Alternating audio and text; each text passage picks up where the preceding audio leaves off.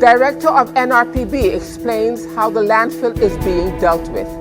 Former Member of Parliament discussing the stimulus plan says the Minister of Finance is clueless.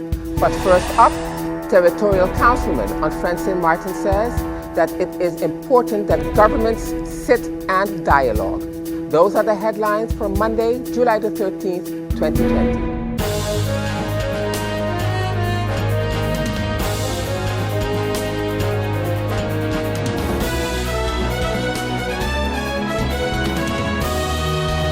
And this is SXM Daily News. I am Valerie from Peterson, thanking you so much for joining me this evening. And as usual, we have a full newscast for you, so let's get started. In our first story, and out of St. Martin, the reopening of the Princess Juliana International Airport to travelers from the United States, in particular in the midst of the COVID-19 pandemic, should be determined by both governments, North and South. That is a sentiment expressed by Territorial Councilman of the Collectivité, leader of the Hope Party, Mr. Jules Charville. It is very important, according to Mr. Charville, that both local governments sit and dialogue in an effort to jointly determine what is best for the nation in minimizing the risk of another shutdown due to COVID-19. According to the councilman, there is always the risk of shutting down.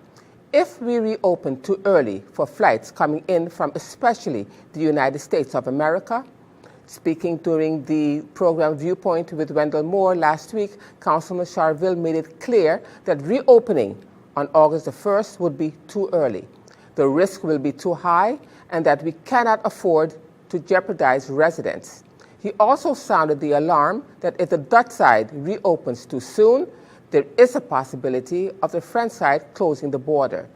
Opening to Americans now will be like playing Russian roulette with the population of both sides of the island. Now would be like playing Russian roulette with the population of both sides of the island, not population of Dutch side, French side, of St. Martin. I understood that it being pushed back to the 15th, to July 15th. Now I understand that is August 1st. We are today, the 11th, July 11th. The 1st is just in a few days from now.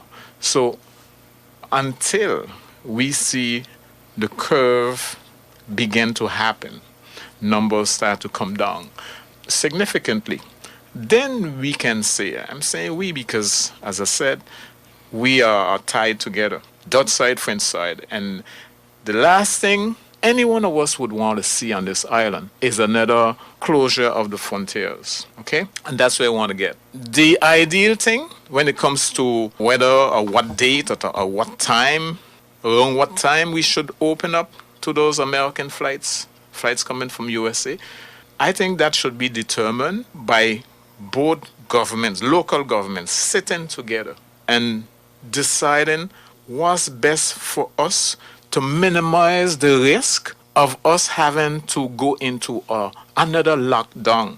We don't want to close and make everybody go back into their home and tell them to stay home again.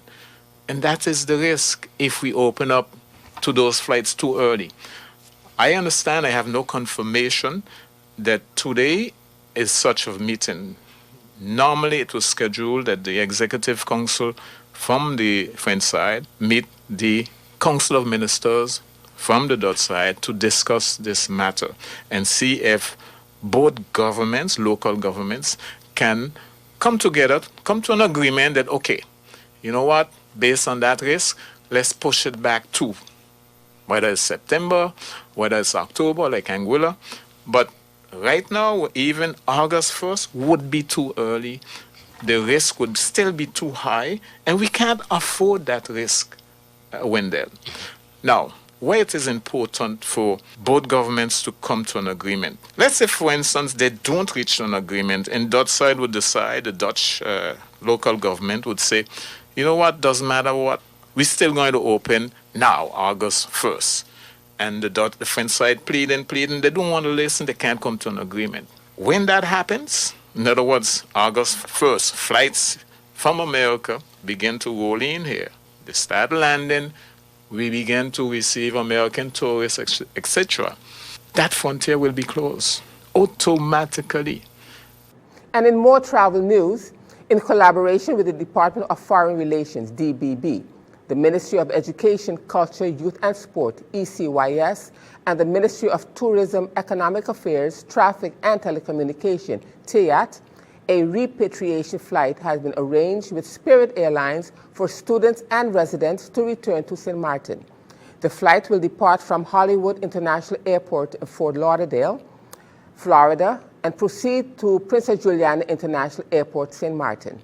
Students and residents who have already registered via the Department of Foreign Relations, DBB, ECYS, and TEAT have been forwarded to Spirit Airlines. Spirit Airlines made the flight available for online bookings via spirit.com as of 3 p.m. today. Spirit Airlines flight number is NK6221. Saturday, July the 18th, 2020, departure time is 10:30 a.m., arrival time is 1 p.m. Arriving passengers are required to fill in the health declaration form on stmartinentry.com and will have to quarantine for 14 days at home, per the requirements of the Department of Collective Prevention Services. This flight is also an opportunity for U.S. citizens to return to the United States. The flight will depart Princess Juliana International Airport, SXM, at 2:30 p.m. for Hollywood International Airport, Fort Lauderdale in Florida. The Ministry of TEAT continues to collaborate in order to arrange the possibility for a repatriation flight from the Dominican Republic. More information will be forthcoming once the plans have been finalized. For updates and the latest information, visit the Ministry of TEAT's Facebook page, Ministry of TEAT SXM, and monitor their website, stmartinupdates.com.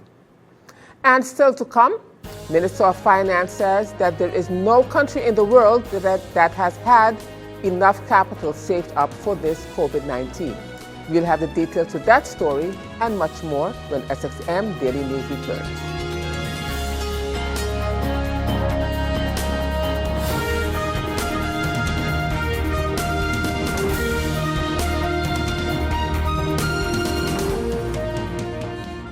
GEBE has been faithfully serving the communities of St. Martin, powering your home and our economy. Come rain or shine, our qualified team of professionals are working hard 24 hours a day to provide you and your family with safe, reliable electricity and water. We use the latest technologies and test our products daily to maintain the highest international standards. Our friendly staff is always there to assist you, whether in person, over the phone, or online. We are committed to constantly improving our products and services, making them more efficient, effective, and environmentally friendly to serve you better today and our next generation of clients tomorrow. GEBE, powering a brighter future. Our friend Megawati is here with tips to save you energy. 1. Turn your airco temperature up. 2. Use a ceiling fan instead. 3. Buy energy-saving products. Save some green with NVGEBE. And as we continue now with more news, Minister of Finance, the Honorable Ardwell Edion, in responding to a reporter's question posed to him at the Council of Ministers weekly press briefing on Wednesday last, July the 8th, about a Plan B, the minister was asked if he has a Plan B for St. Martin. The minister said, with all of the comments that have been posted regarding setting up buffers for the last 10 years, for this current COVID-19 pandemic, the minister explained that while we are still recovering from Hurricane Irma back in 2017, that there is no country in the world that has had enough capital saved up for this COVID-19 pandemic. Is there a Plan B? And I'm currently not on social media for the last couple of weeks, been trying to focus on work more. But I've seen comments that came in so far in relation to, why St. Martin didn't have a buffer for the last 10 years. And there's no country in the world, there's absolutely no country in the world that had enough capital saved up for COVID-19. There's none in the world. So let's just get that straight off the bat. I also realized that we are still recovering from a hurricane 2017, the strongest ever to hit the Caribbean, right? And even with that being said, we're still better off than a lot of other islands in the region that didn't have a hurricane. I would dare to say, financially, if you look at a per capita basis, we were even better off than Aruba and Curacao after a hurricane. And when I look at the numbers for the first 3 months of this year, COVID-19 really set us back, but we were on track to do even better than 2019 this year alone. In addition to that, I want to go back to one more point again when it comes to having a buffer. And yes, I do believe governments in the past, we could have done a better job of maybe creating a calamity fund, building up reserves and so forth, but it would not have been enough to cover $500 million in loss of GDP. Imagine this, right? We are now covering close to 1,000 companies with payroll support. So not only are we supporting our government, but we're also supporting at the very least, a third of our workforce.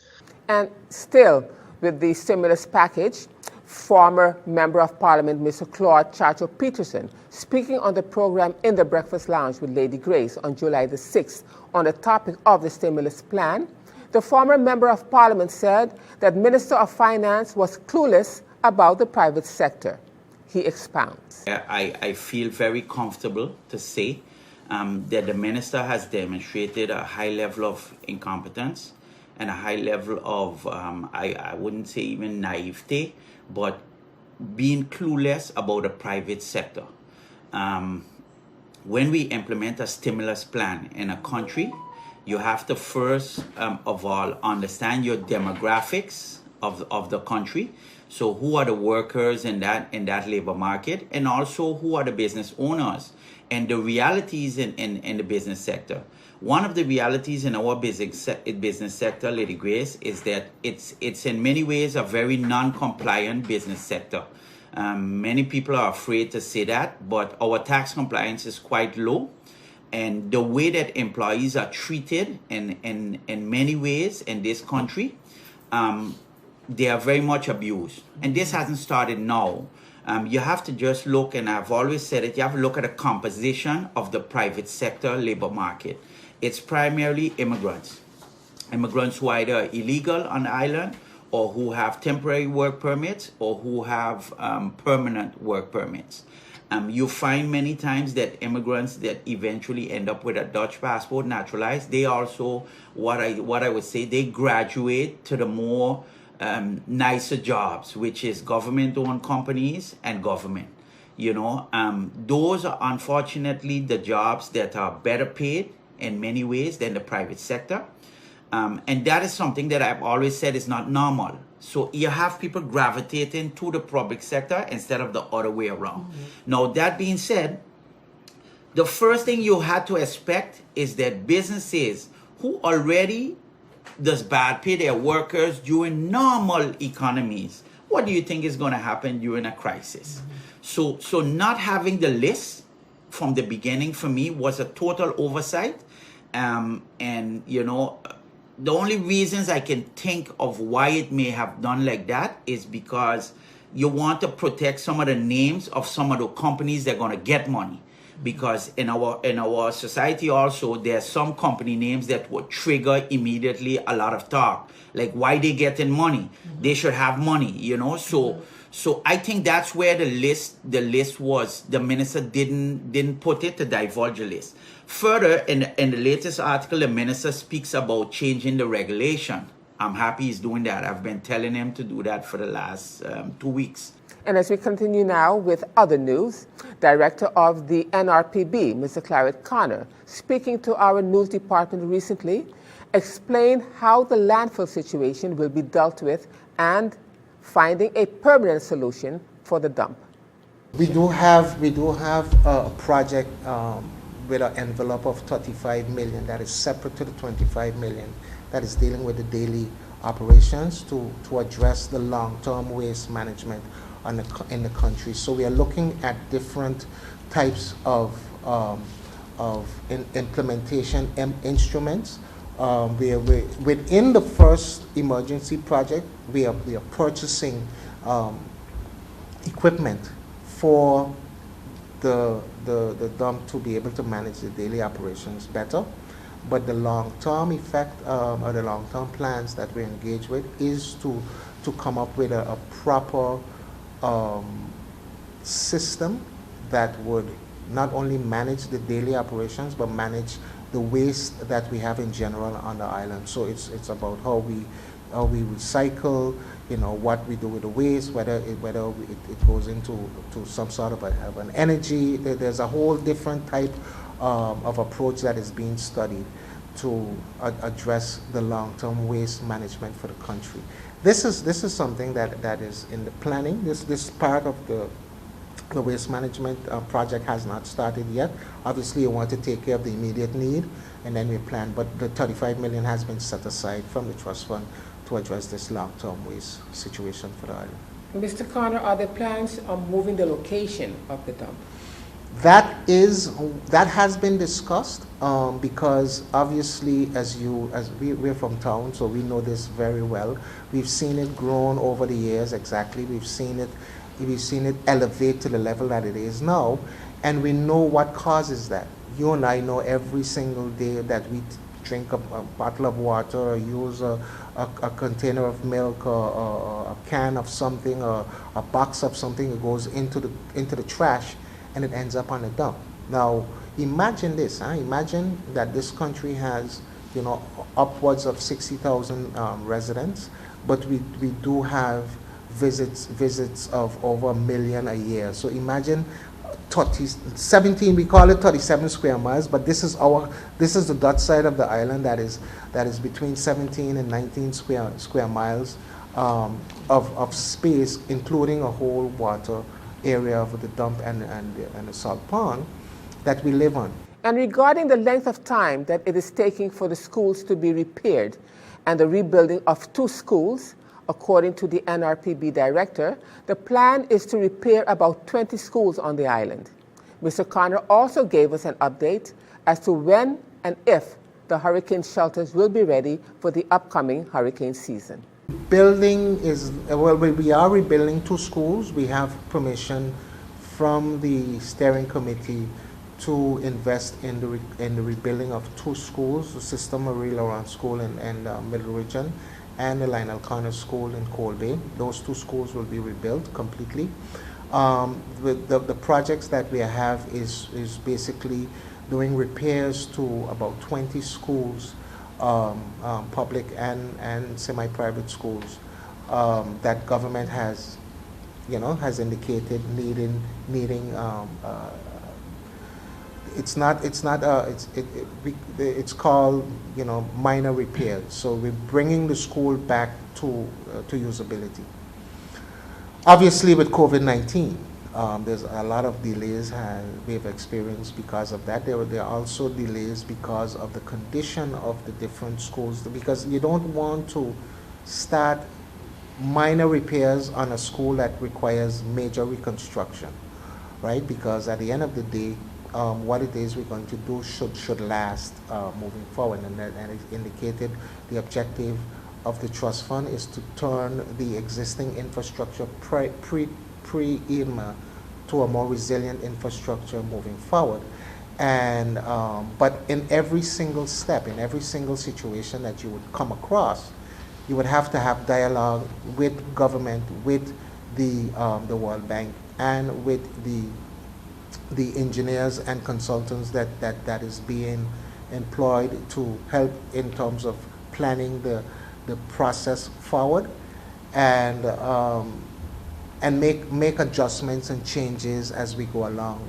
So, and we know, for instance, that a lot of these buildings over the years has been lagging in upkeep and maintenance simply because of the cost. And you have to really give credit to the school boards for keeping these things together, because when you really talk to them, you understand the challenge that they have in terms of not only maintaining the school that they use on every single day, but also upkeeping the school for future use and dealing with all of the different challenges that buildings, we're talking about how buildings deteriorate over time, and time don't stop. It continues, so it's an ongoing challenge. What about the shelters, Mr. Connor? The shelters are getting upgrades. We have shelters. If a hurricane hit tomorrow, the shelters will be used as they are. Are they ready? The shelters always are ready in terms of being a shelter. What we are doing to the shelters is providing upgrades so that the use and the experience of persons who unfortunately might have to use a shelter would have a better environment moving forward. So we are adding additional water capacity. So we're basically installing reservoirs. We are adding generators. We are adding air conditioning. We are adding better ventilation.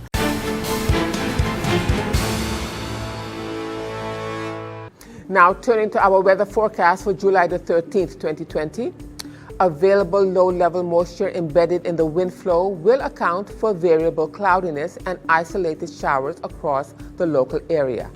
Additionally, an increase in Saharan dust across the region will persist during the next several days. Persons with allergies and/or respiratory illnesses should take the necessary precautions. Meanwhile, slight to moderate marine conditions are expected for the next few days. Small craft operators and sea bathers should continue exercising caution. So the outlook through Wednesday midday, partly cloudy, hazy, and breezy with passing showers. Now let's turn to your 3-day forecast.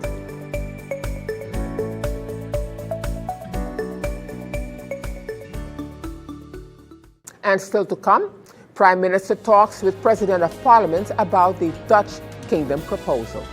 We'll have the details of that story and much more when SXM Daily News returns.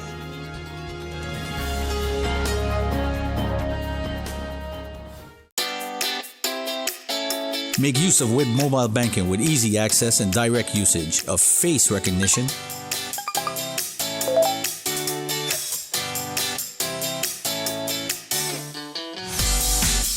PIN code,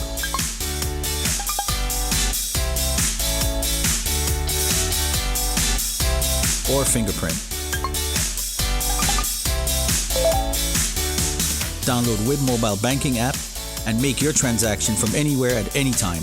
For more information, visit wib-bank.net/quick-login. And welcome back, viewers.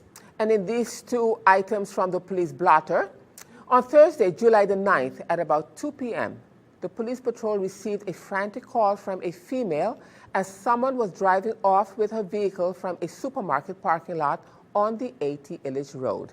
The frantic caller informed the central dispatch that she left her keys in the car. She ran into the supermarket for a short moment. While walking back to her vehicle, she noticed someone driving away with her car in the direction of Middle Region. Several police patrols were directed to the area in search of the stolen gold-color Grand I-10. While the police patrol was busy searching the area for the suspects, the dispatch center received information that the vehicle had been spotted. This information was given through to the police patrols who spotted the car in Middle Region. The officers set up a blockade on the road in an attempt to stop and apprehend the suspect. When the suspect saw the police car, he increased his speed and drove through the blockade. While driving by, the suspect damaged the door on the passenger side of the police vehicle and continued driving towards the district of Dutch Quarter. A high-speed chase immediately followed, which ended on the Nazareth Road. The police successfully arrested 4 persons, including an infant who was in the car when the vehicle was stopped. They were all arrested and transported to the police station where they are being held for questioning. 2 minor female suspects were later released after being questioned. The stolen vehicle was also confiscated for further investigation. And according to the police department, the investigation is still ongoing. And then the police received information from various sources that persons were dealing narcotics from a house located in the Coal Bay area. After a short investigation, the detective department obtained a warrant from the prosecutor's office to conduct a search at the property.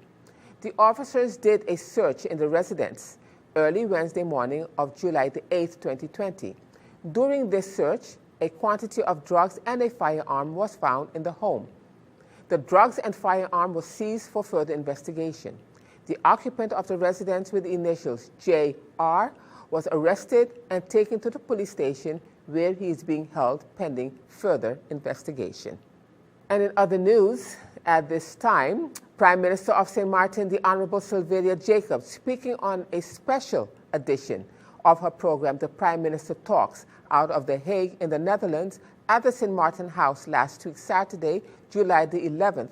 The Prime Minister had a discussion with the President of Parliament, Rolando Bryson, about the Dutch Kingdom proposal and the Kingdom Consensus Law.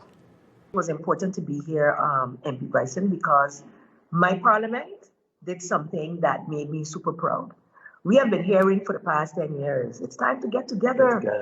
We must be one, forget the elections and do it for country St. Martin.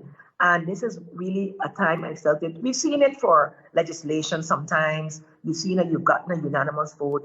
But this was such an important piece of legislation, Kingdom Consensus Law, which requires all parts of the kingdom to have discussions. And these types of discussions usually take months before it can even reach to the Kingdom Council of Ministers.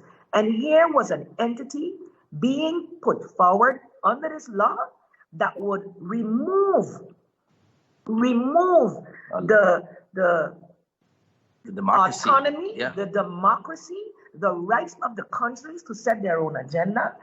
You're being told, oh, we will have separate discussions on the Lumstack and on the secondary part of the document that had per country all of the different things, the reforms that had to be worked on, etc. But we as a country have our national development vision, and we are not given an opportunity as a new government to have our stakeholder discussions in order to say this is our priority for the 4 years. One comparison. In the midst of a disaster. One comparison that someone gave to me is it's like having the Netherlands Antilles without the democracy. Yes. So without the part where Curaçao and Aruba are electing members to the Netherlands Antilles, now it's just a Netherlands Antilles, a central government. For the former Netherlands Antilles? Yes, for the former Netherlands Antilles, but now without the democratic side of it, because all members would be selected by the Dutch government.